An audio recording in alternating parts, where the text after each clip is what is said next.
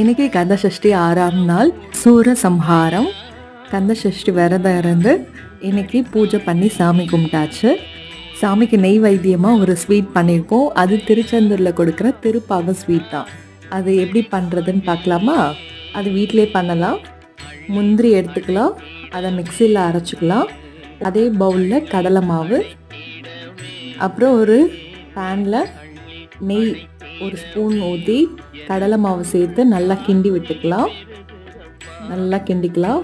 அப்புறம் முந்திரி பவுடர் நம்ம மிக்சியில் அரைச்சது அதையும் நல்லா இதோட மிக்ஸ் பண்ணி அதே பவுலில் சர்க்கரை ஆட் பண்ணிக்கலாம். அப்புறம் பால் தேவையான அளவு ஆட் பண்ணி நல்லா மிக்ஸ் பண்ணிக்கலாம்.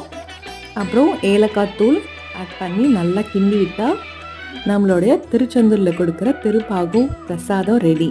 இதை கந்தசஷ்டி அப்போ நாங்கள் முருகருக்கு வச்சு படைச்சி நெய்வேத்தியமாக படைச்சி சாப்பிட்டோம்.